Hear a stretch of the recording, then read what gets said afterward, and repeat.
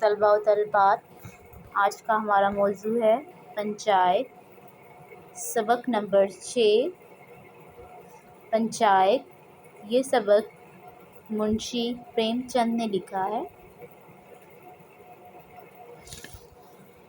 سبق کا باقاعدہ آغاز کرنے سے پہلے آپ پنچایت کے بارے میں سمجھ لیجئے۔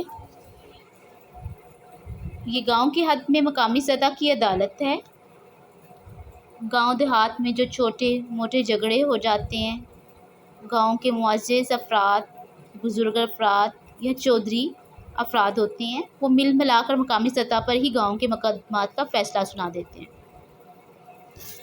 اس طرح فریقین عدالتوں اور شہروں کے چکر کاٹنے سے بچ جاتے ہیں۔ اس سبق میں 2 مقدمات ہوئے تھے۔ پہلا مقدمہ شیخ جمن اور خالہ جان کے درمیان ہوا، جس میں الگو نے جمن کے خلاف فیصلہ سنایا۔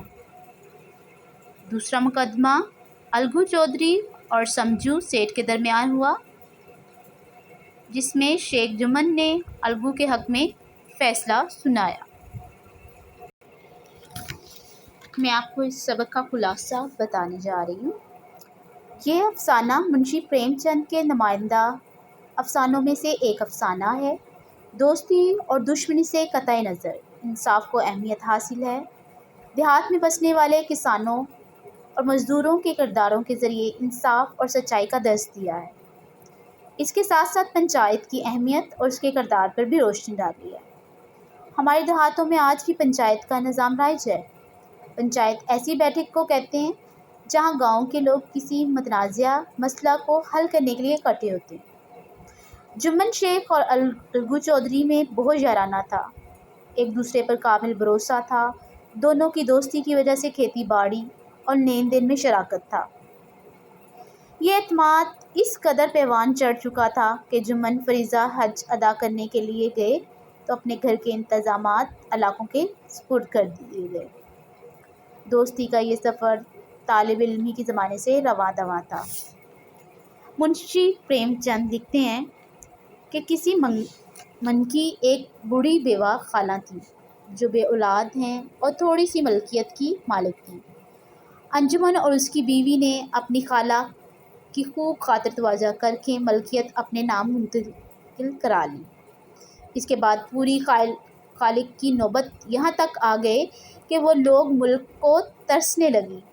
انتہائی تنگ دستی کے عالم میں بوڑھی خالہ نے جمن سے ماہوار خرچ کا مطالبہ کر دیا۔ اس چمن میں جب اسے مر جانے کا طعنہ دیا تو بڑھیا نے پنچایت اکٹھی کر دی۔ شیخ جمن کو اندازہ نہیں تھا کہ پنچایت کا فیصلہ کس کے حق میں ہوگا۔ الگو چودھری جو کہ جمن کے بچپن کے گہرے دوست اور ہم جماعت تھے، اس پنچایت کے سرپنچ منتخب ہوئے۔ شیخ جمن کو ناز تھا کہ فیصلہ اس کے حق میں ہوگا، مگر جب الگو چودھری منصف کی کرسی پہ بیٹھا تو اس نے دوستی نبھانے کی بجائے حق و انصاف کی بات ہے اور فیصلہ بڑھیا کے حق میں سنا دیا۔ اس پاداش میں اسے اپنے بچپن کے دوست کی دوستی سے ہاتھ دھونا پڑے، مگر اس کا ضمیر مطمئن تھا کہ اس نے بھی انصاف سے کام نہیں لیا، دوستی کی خاطر رکھنا ایمان نہیں بیچا۔ جن کے دل میں انتقام کی خواہش جنم لینے لگی، اتفاق سے بہت جلد انتقام کا موقع بھی مل گیا۔ الگو چودھری نے میلے سے بیلوں کا ایک جوڑا خریدا۔ پنچایت کے 1 ماہ بعد ایک بیل مر گیا، دوسرا بیل اس نے سمجھو کو بیچ دیا، حتیٰ کہ بیل مر گیا۔ الگو چودھری نے بیل کی رقم کا مطالبہ کیا تو جو ہیلے بہانے اور ٹال مٹول کرنے لگا۔ کچھ عرصہ بعد دوبارہ پنچایت بیٹھی تو اس وقت معاملہ پہلے معاملے کے برعکس تھا۔ اب منصب جمن اور مودی الگو چودھری صاحب دونوں کی دوستی دشمنی میں تبدیل ہو چکی تھی۔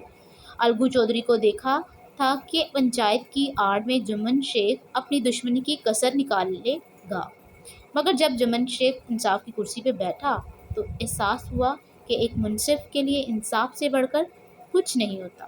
وہ نہ تو ذاتی دشمنی کو مد نظر رکھتا ہے اور نہ دوستیاں پالتا ہے، وہ صرف اور صرف دوستی سے کام لیتا ہے۔ چونکہ الگو چودھری حق پر تھا اس لیے جمن نے اس کے حق میں فیصلہ دے دیا، یوں دونوں دوست پھر سے ایک ہو گئے۔ ڈیئر اسٹوڈینٹس، پنچایت کا باقاعدگی سے مطالعہ کیجیے۔ اس کی ریڈنگ کے بعد مشق میں دیے گئے مختصر جوابات دیجیے۔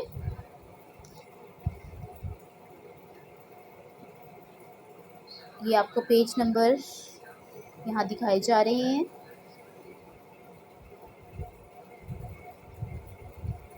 چیپٹر کا بخوبی مطالعہ کے بعد مشق کو حل کرنے کی کوشش کریں۔ شکریہ۔